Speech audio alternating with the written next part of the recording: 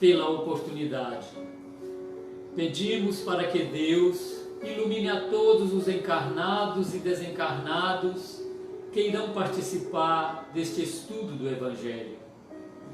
Que nossos amigos do plano superior possam nos acompanhar e instruir neste estudo.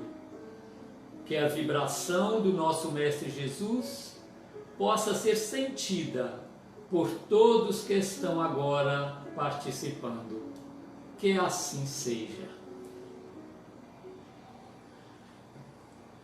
Olá, companheiros, amigos da doutrina espírita, companheiros que nos assistem pela primeira vez, sejam todos muito bem-vindos. Nós estamos aqui no Centro Espírita Amor, Luz e Caridade, no bairro Iguaçu, em Ipatinga.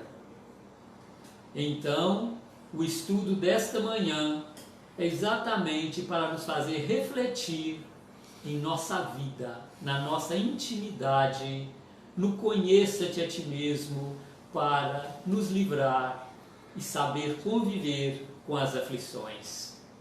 Então, muitas vezes reclamamos, estamos desesperados por falta de confiança em Deus.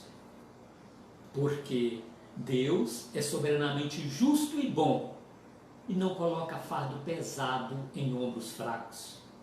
Então nós sabemos, temos a certeza que o que vem para nós, nós daremos conta. A nossa confiança no Pai que nos vai proporcionar esta força, esta coragem, esta certeza de que iremos vencer. E quando se fala a justiça das aflições, é a justiça divina, nada é por acaso. Então nós vamos ver que o Evangelho de Jesus é muito claro quando se fala das bem-aventuranças. Lá no capítulo 5 do Evangelho segundo o Espiritismo, que se trata de bem-aventurados aflitos, nós vamos ver lá em Mateus 5, 4, 6 e 10, quando diz assim: bem-aventurados que choram, pois que serão consolados. Bem-aventurados famintos e os sequiosos de justiça, pois que serão saciados. Bem-aventurados que sofrem perseguição pela justiça, pois que é deles o reino dos céus. Quando será essa bem-aventurança? Como esta justiça? Como entender? Estamos aqui só para sofrer? E tem mais: bem-aventurados vós que sois pobres, porque vós é o reino dos céus. Bem-aventurados vós que agora tendes fome, porque sereis saciados. Ditosos sois vós que agora chorais, porque rireis. Está em Lucas 6, 20 e 21. Mas, ai de vós ricos, que tendes no mundo a vossa consolação. Ai de vós que estáis saciados, porque tereis fome. Ai de vós que agora rides, porque sereis constrangidos a gemer e a chorar. O que nós podemos entender dessas passagens do Cristo? Nós estamos aqui então só para ter fome, para ser pobre, para chorar? Como será? Como entender dessas colocações? Como vivenciar em nosso dia a dia estes ensinamentos? Certamente nos leva a pensar numa vida futura. Quando que seremos recompensados por isso? E será que é só ser pobre? É só ter fome? É só sofrer? Não, com certeza. É como estamos passando por isso.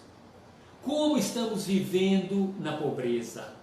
Como estamos passando diante das nossas dificuldades. Aí está a diferença. Como? É reclamando? É blasfemando? Esta é a grande diferença para todos que conhecem o Evangelho, conhecem e entendem o Evangelho e se esforçam por vivenciar a cada dia.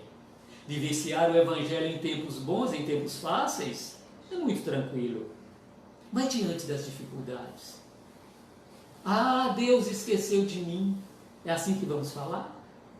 Ah, depois que eu assumi esta religião ou aquela religião, eu sofro em problema. Eu estou cada dia em mais dificuldade.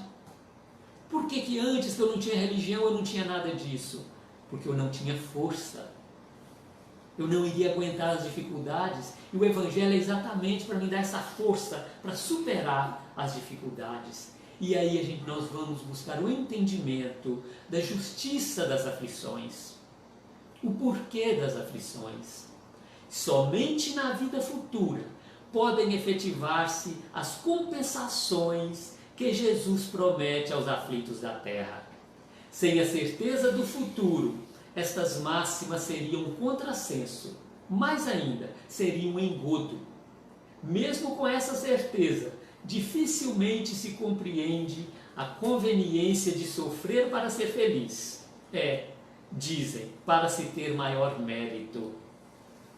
Olha só, mesmo confiando em uma vida futura, mesmo tendo a certeza que Deus irá nos compensar, conforme tivermos passado por essa dificuldade, conforme tivermos expressado a nossa confiança nele, é que vamos ter esta recompensa. E mesmo assim, ainda fica aquela dúvida em nós, né? Será que precisa sofrer para ser feliz? Mas o sofrimento, ele tem o grau do nosso entendimento, da nossa aceitação, quando nós compreendemos esta proposta do Mestre, nós não vamos sofrer, ou vamos sofrer menos, porque nós vamos compreender o porquê estamos passando por essas dificuldades. E aí eu entro naquelas queixas. Eu sei que não vai dar certo, ó dia, ó vida, ó azar, somente queixas. E essas queixas é que nos promovem a extensão do sofrimento. Vamos estender por mais dias o nosso sofrimento. As nossas queixas só nos fazem sofrer mais. Não resolvem problema algum. A prece sim, orar a Deus, a confiança através da oração que nos vai sintonizar com o Pai e diminuir a densidade dos nossos sofrimentos. Mas então pergunta-se, por que sofrem uns mais que os outros? Por que será que sofrem uns mais que os outros? Não somos todos filhos do mesmo Pai? Vamos refletir na nossa família. Somos todos iguais na nossa família? Nem fisicamente, nem emocionalmente, nem na nossa capacidade de entendimento. Cada um de nós trazemos aquilo que já construímos. É a nossa individualidade. E Jesus nos disse, faça a sua luz brilhar. Vós sois deuses. Temos a sementinha divina dentro de nós. Precisamos regá-la com a compreensão, com a humildade, com a tolerância, com a paciência, com a aceitação do outro como ele é. E perguntamos mais, por que nascem uns na miséria e outros na opulência, sem coisa alguma haverem feito que justifique essas posições? Será que não fizemos nada para justificar essas posições? É só porque Deus quer? Qual pai terreno, vamos falar do pai terreno, faria isso com teus filhos? Permitir que eu nascesse pobre, além de pobre, muitas vezes com algumas deficiências, e outros nascessem rico, com corpos perfeitos. Qual pai terreno faria isso? E nosso Pai Celestial, soberanamente justo e bom, por que Ele permite que nasçamos nessas diferenças, com estas diferenças? Por quê? Não é uma pergunta interessante? Por que uns nada conseguem, ao passo que a outros tudo parece sorrir? Não é isso que vemos? A diferença está em tudo. Cada um naquilo que já construiu. Faça sua luz brilhar. Então, já fizemos? Já trabalhamos em nós esse lado divino que Jesus disse para nós trabalharmos, fazer a nossa luz brilhar? Esse é o nosso desafio. Todavia, o que ainda menos se compreende é que os bens e os males sejam tão desigualmente repartidos entre o vício e a virtude, e que os homens virtuosos sofram ao lado de maus que prosperam. Quanta indignação quando vemos isto! Nós ficamos revoltados, reclamamos, blasfemamos. Eu faço tudo de bom e não consigo nada. Olha fulano que é assim, assim, e olha como que ele está bem. Está bem financeiramente, está bem de saúde. E quando se coloca a cabeça no travesseiro para dormir? Como está a nossa consciência? Como está a consciência desses ditos que estão felizes, estão bem? É a hora de interiorizarmos, visitarmos a nós mesmos, repensarmos as nossas atitudes. E aí vamos relembrar: estou no comando de um Pai soberanamente justo e bom. E quando para que eu vim, eu trouxe tudo que eu já adquiri, tanto em débitos quanto em créditos. E aí nós vamos ver que a fé no futuro pode consolar e infundir paciência, mas não explica essas anomalias que parecem desmentir a justiça de Deus. Entretanto, desde que admita a existência de Deus, ninguém o pode conceber sem o infinito das perfeições. Ele necessariamente tem todo o poder, toda a justiça, toda a bondade, sem o que não seria Deus. Então, olha que Pai todos nós temos, a confiança que precisamos depositar nele. E quando entendemos a vida, quando compreendemos a justiça de Deus, aí sim conseguimos nos entender, compreender a vida e levá-la com muito mais sabedoria, com discernimento, com tranquilidade, com confiança em Deus. Se é soberanamente bom e justo, não pode agir caprichosamente, nem com parcialidade. Logo, as vicissitudes da vida derivam de uma causa. E, pois que Deus é justo, justo há de ser essa causa. Isso o de que cada um deve bem compenetrar-se. A partir do momento que eu aceito que Deus é justo, que eu compreendo a sua justiça, tudo começa a mudar. Né? Vicissitudes da vida derivam de uma causa. Olha só, derivam de uma causa. Onde está esta causa?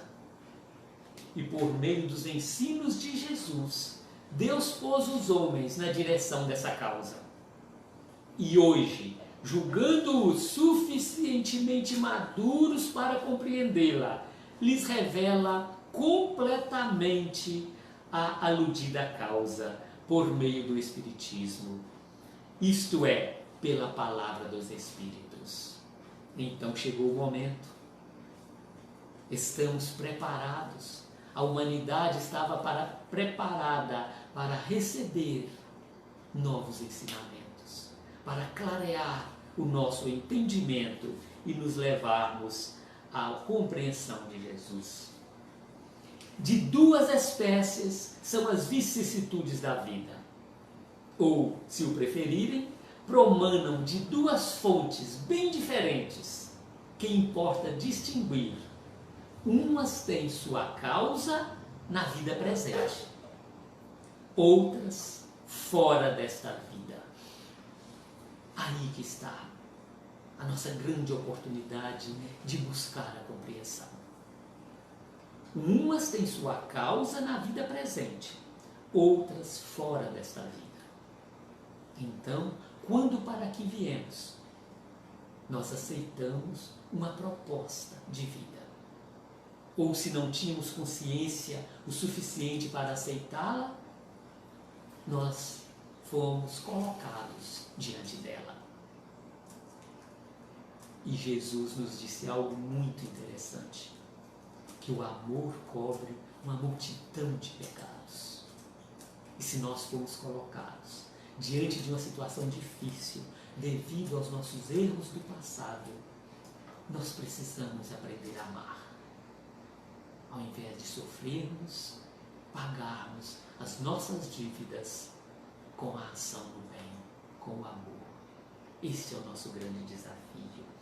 E assim, interroguem friamente suas consciências, todos os que são feridos no coração pelas vicissitudes e decepções da vida.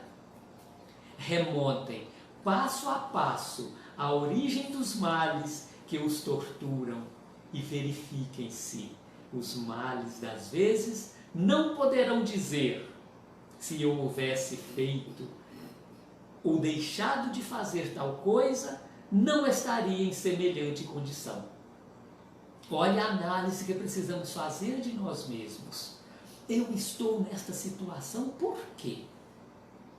Vamos refletir no nosso passado. O nosso passado de agora, desta vida. O que eu estou vivendo não é fruto da minha sementeira? Naquela época que eu passei por aquele desafio, se eu tivesse feito diferente, eu estaria nesta situação? Não podemos também projetar tudo na vida passada. Não. Precisamos analisar o nosso presente. Nós semeamos e estamos colhendo a sementeira do nosso passado distante, mas do nosso passado de agora, desta vida. Precisamos nos analisar antes de julgar tudo como consequência das nossas vidas anteriores. E aí nós vamos ver. Respondemos por nossos atos e seus efeitos. Olha o que Jesus diz em Mateus 16, 27. O Filho do Homem retribuirá cada um conforme as suas obras. Cada um conforme as suas obras. Embainha a tua espada, pois todos os que lançam mão da espada, a espada perecerão. Nos diz Jesus em Mateus 26, 52.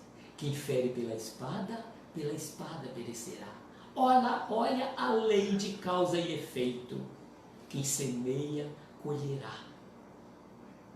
O que a doutrina espírita faz é nos proporcionar o raciocínio da fé em Deus, buscando a compreensão do que Jesus nos quis dizer. E se Ele nos mandou o Espiritismo, nos enviou esses ensinamentos através dos Espíritos, para nos facilitar a compreensão destes ensinamentos, nos abrir o entendimento para o que Jesus quis dizer há mais de 2000 anos. Mas Ele disse que no momento exato nos enviaria o Consolador para nos lembrar o que Ele tinha dito e nos dizer algo que Ele não podia dizer naquele momento, devido à nossa incapacidade de compreensão. E aí vem a pergunta 258 do Livro dos Espíritos. Quando, na erraticidade, antes de começar nova existência corporal, tem o espírito consciência e previsão do que lhe sucederá no curso da vida terrena? Então, quando estamos lá no plano espiritual ainda, temos essa consciência do que nos sucederá quando aqui chegarmos? Vem a resposta. Ele próprio escolhe o gênero de provas por que há de passar. E nisso consiste o seu livre-arbítrio. Então, veja só. Nós, ainda no plano espiritual, conscientes de tudo que fizemos, de tudo que construímos, de débitos que adquirimos, nós nos propomos, aceitamos o retorno à Terra com o perfil necessário à reparação de nossos atos. Não é Deus, então, que lhe impõe as tribulações da vida como castigo? Olha a pergunta. Não é Deus, então, que lhe impõe as tribulações da vida como castigo? Nada ocorre sem a permissão de Deus, porquanto foi Deus que estabeleceu todas as leis que regem o universo. Ide agora perguntar por que decretou ele esta lei e não aquela? Dando ao Espírito a liberdade de escolher, Deus lhes deixa a inteira responsabilidade de seus atos e das consequências que estes tiverem. Então veja só, Deus nos dá a liberdade de escolher, até certo ponto, quando temos consciência dessas escolhas. Porque muitas vezes nós não temos consciência dela, então nós somos levados a essa necessidade de vivenciá-las. Então vamos adquirindo esta consciência e arcar com as suas consequências. E vem aí a pergunta 259. Do fato de pertencer ao Espírito, a escolha do gênero de provas que deva sofrer, seguir-se-á que todas as tribulações que experimentamos na vida, nós a previmos e buscamos? Todas não. Porque não escolhestes e previstes tudo o que vos sucede no mundo, até as mínimas coisas. Escolhestes apenas o gênero das provações. As particularidades correm por conta da posição em que vos achais. São muitas vezes consequência das vossas próprias ações. Então veja só, nós escolhemos o gênero. Como nós vamos passar pelo gênero das provas é que depende de nós, aqui, agora. Eu escolhi ser pobre. Vamos dizer que eu tenha sido um rico, né? Que usei mal a minha riqueza. E diante dessa consciência, eu me proponho, agora eu preciso ir pobre para aprender a lição. E quando eu chego aqui na condição de pobre, eu me revolto. Veja só, eu escolhi o gênero que eu precisaria de vir. Mas como eu vou vivenciar este gênero? Eu escolhi ser rico. Eu vou ser rico porque agora eu tenho consciência e vou aplicar bem a minha riqueza. Isso do lado de lá. Quando eu chego aqui, a vaidade, o orgulho toma conta da minha vida. E eu novamente uso mal a riqueza. Eu aceito vir em um corpo com deficiências. Porque minha mão foi motivo de escândalo. Arrancar e jogue fora, como recomendou Jesus. Se seu olho é motivo de escândalo, é preferível que nasçamos cego do que enxergando perder nossa alma. Veja só a lei de causa e efeito. Quando que meu olho foi motivo de escândalo? Quando que a minha mão foi motivo de escândalo, senão em outra vida? E diante desta realidade do mundo espiritual, então, eu me proponho a nascer cego, a nascer sem a mão. E quando chego aqui, com a bênção do esquecimento do meu passado, para verificar realmente se eu aprendi a lição, eu me revolto contra Deus. Eu vou perder a oportunidade de aprendizado, de refazer o meu débito passado, quando muitas vezes eu adquiro mais débitos ainda. Então vem a doutrina espírita nos abrir os olhos para este entendimento, elevar o nosso pensamento, compreender os ensinamentos de Jesus, que é exatamente para nos ajudar, nos fortalecer a vencer os nossos desafios. E a minha sexualidade, que também eu escolho do lado de lá. Eu vou nascer homossexual, eu vou nascer hétero, eu vou nascer no sexo feminino. E chega aqui, eu não compreendo, eu me revolto, não é isso que eu queria, eu gostaria de ser assim, ser assado. Como é que eu fico? Buscar compreensão. Por que eu nasci assim? Se eu já tenho fé suficiente em Deus, se eu já tenho confiança, como a gente vê em muitas religiões, pessoas que não compreende o que a doutrina espírita nos vem trazer, mas já tem a fé legítima em Deus. Em todas as religiões nós podemos ver pessoas assim, com a confiança tão grande em Deus, que por esta confiança ele já dá conta de administrar com sabedoria, com fé em Deus, as suas dificuldades. E a doutrina espírita vem para nós, que certamente já passamos por muitas oportunidades. Ela vem agora nos dar esta chance de falar claro, para exercitar a nossa compreensão em Deus e sofrermos menos diante desta clareza. E aí vem outra pergunta, a 335. Cabe ao espírito a escolha do corpo em que encarne ou somente a do gênero de vida que lhe sirva de prova? Pode também escolher o corpo, porquanto as imperfeições que este apresente serão para o espírito prova que lhe auxiliarão o progresso, se vencer os obstáculos que delas lhe advenham. A escolha, porém, nem sempre depende dele, mas isso não obsta a que peça que seu corpo seja tal ou qual. É o que eu já disse, né? O corpo em que nascemos nele, muitas vezes pode ter sido escolhido por nós mesmos, e muitas vezes não.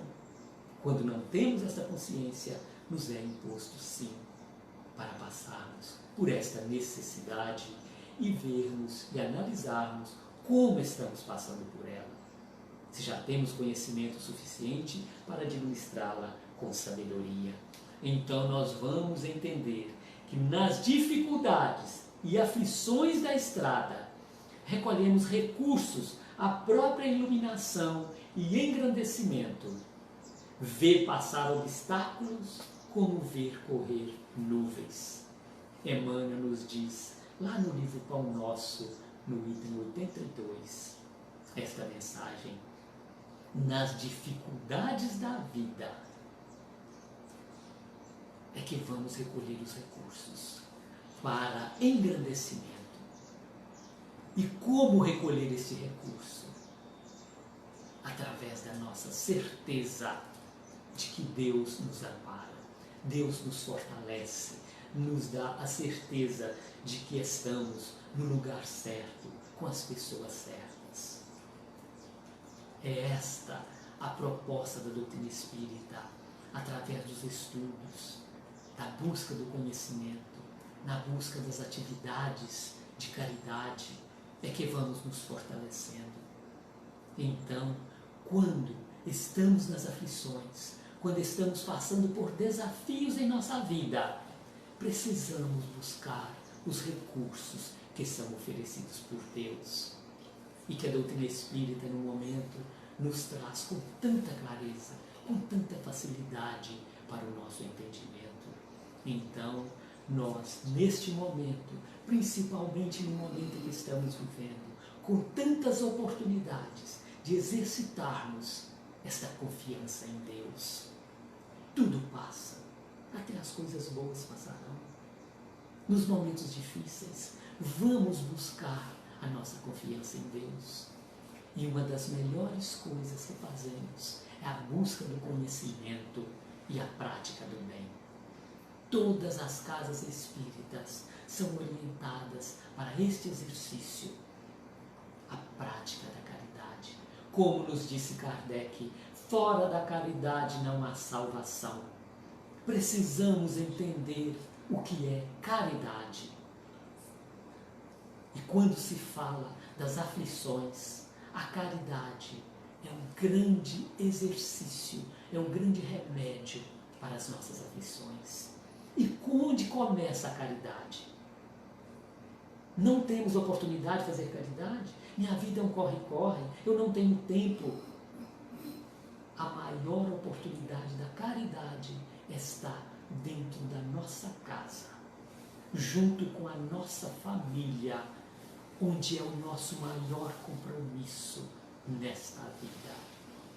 O exercício da paciência, da tolerância, da compreensão, de aproximar dos nossos irmãos. a exemplo do bom samaritano, que Jesus resumiu todas as leis e os profetas nesta máxima: amar a Deus sobre todas as coisas, de toda a nossa alma, de todo o nosso entendimento, e ao próximo como a nós mesmos. Este é o grande desafio. E quando exercitamos esta máxima, as aflições não nos alcançam. Nós passamos por ela na maior serenidade, na maior confiança em Deus. E tudo passa. Então nós vamos observar que as atividades existentes nas casas espíritas, os grupos de estudos, as atividades de assistência social, que vai muito além da assistência social, porque precisa ser na forma de caridade, de aproximação do caído, de aceitação do outro como ele é, do diálogo fraterno, é que nós vamos exercitando em nós a nossa capacidade de amar, como recomendou Jesus. Então, é neste exercício que precisamos desenvolver. E neste momento que estamos impedidos, recomendados, de afastarmos um pouco,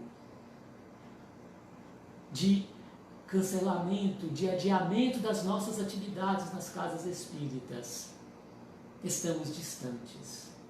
Mas hoje existem muitos meios de nos aproximarmos, o qual estamos aqui agora, e fazer uma reflexão íntima, aproximar mais dos nossos familiares, aqueles que estão distantes, que sejam de forma virtual, com os nossos amigos, com todos aqueles que tenhamos chance dos nossos grupos de contato, que divulguemos o bem, que não repliquemos mensagens deprimentes, mensagens de sofrimento, de aflições. Vamos propagar o bem. Vamos orar com sinceridade a Deus, com confiança no nosso Pai, que este clima passará e o seu ensinamento ficará para nós com muita profundidade. A nossa Terra, o nosso planeta, jamais será o mesmo. Estamos aqui para isso, para crescermos juntos. E quando estamos em grupo, que seja virtualmente, nós nos fortalecemos, adquirimos força para caminhar confiando em Deus, e as aflições nem serão percebidas por nós. E se ela chega, vamos retornar à nossa reflexão e confiar em Deus. Termos a certeza de que Ele nos coloca no momento exato para aprendermos. Estamos matriculados na sala de aula condizente com a nossa capacidade intelectual e moral. Nesta confiança, vamos continuar, correr, ver as dificuldades, ver os obstáculos passarem, como vemos correr as nuvens no céu. Vamos ver como oportunidade sempre de iluminação e engrandecimento do nosso espírito, porque aqui estamos em um corpo físico, e este corpo físico é como um veículo dirigido pelo nosso espírito. O nosso espírito, nós somos um espírito que no momento está dirigindo um corpo físico, um veículo físico que recebe o comando do espírito. Então não adianta falar que a carne é fraca. Na verdade, o que nós fazemos é uma atitude do nosso espírito. A exemplo do motorista que infringe as leis do trânsito. Não é o carro que ele dirige quem está infringindo, é o motorista.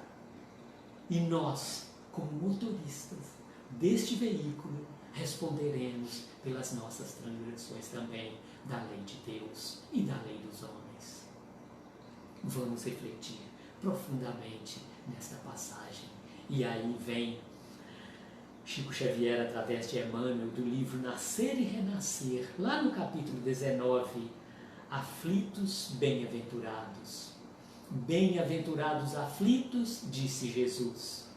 Os aflitos bem-aventurados, porém, não são simplesmente aqueles que choram e sofrem, deitando críticas e queixumes, e sim aqueles que recebem as tribulações e dores transitórias da vida por benditas e honrosas oportunidades de servir com Cristo de Deus, agindo com bondade, operosa e paciência incansável na vitória do bem.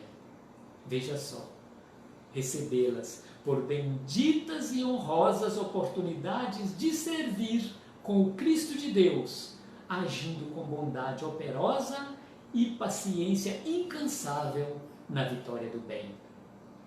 O que Emmanuel faz? Nos relembrar os ensinamentos de Jesus, nos fazer entender o que precisamos fazer diante das dificuldades.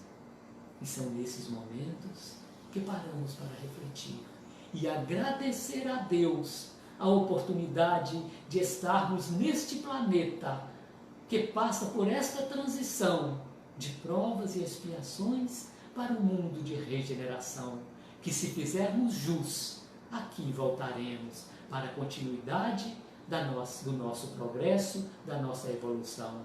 Mas se não fizermos jus, seremos levados a um retorno, a um mundo de provas e expiações para continuarmos o nosso progresso, sabendo que nunca seremos desamparados. E nesta certeza, vamos rogar ao Pai que nos fortaleça sempre. E assim, o nosso Mestre Jesus, nesta certeza que temos, que Ele cuida de nós, que o nosso planeta não está desamparado, as nossas aflições serão amenizadas. O nosso coração vibrará firme nesta confiança e continuaremos com o propósito de amparar, de proteger todos aqueles que sofrem mais do que nós, que estão ao nosso lado, na nossa família, na nossa cidade, mas aproximar-nos dele, como fez o bom samaritano.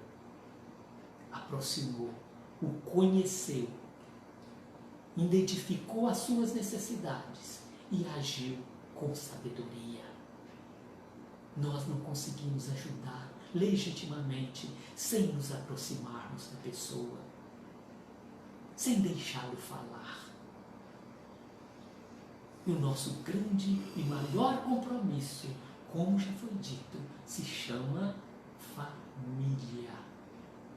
A nossa família é o nosso cadinho para nos levar às grandes experiências.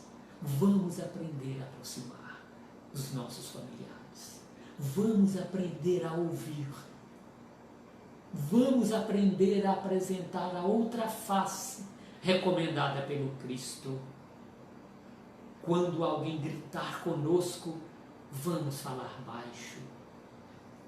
Quando falar mal de nós, vamos falar o bem. Quando chegar reclamando, vamos falar das vitórias, das bênçãos celestiais. Não vamos entrar na sintonia do mal.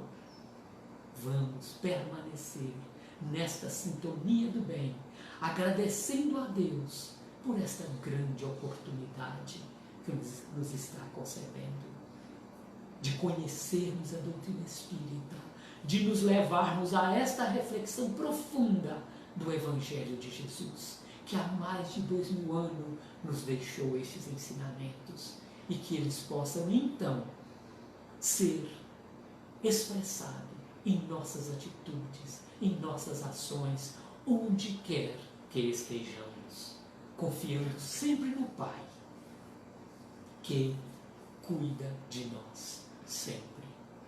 Que Jesus nos ilumine, nos fortaleça e possamos, nesta semana que se inicia, vibrarmos em outra dimensão, na dimensão do bem, e da paz.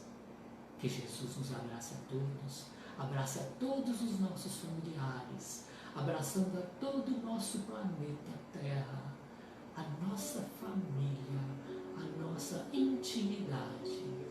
E assim, amado Mestre Jesus, mais uma vez, queremos lhe agradecer, Senhor, por tantas bênçãos nos tem concedido. Lhe agradecer, Senhor, pelos pioneiros da doutrina espírita que neste planeta veio trazer para nós, Senhor, tamanhos ensinamentos, Jesus. Lhe agradecemos, Senhor, pelos pioneiros desta casa espírita que nos acolhe, que com tanto fervor e trabalho deixou para nós esta dádiva, Jesus.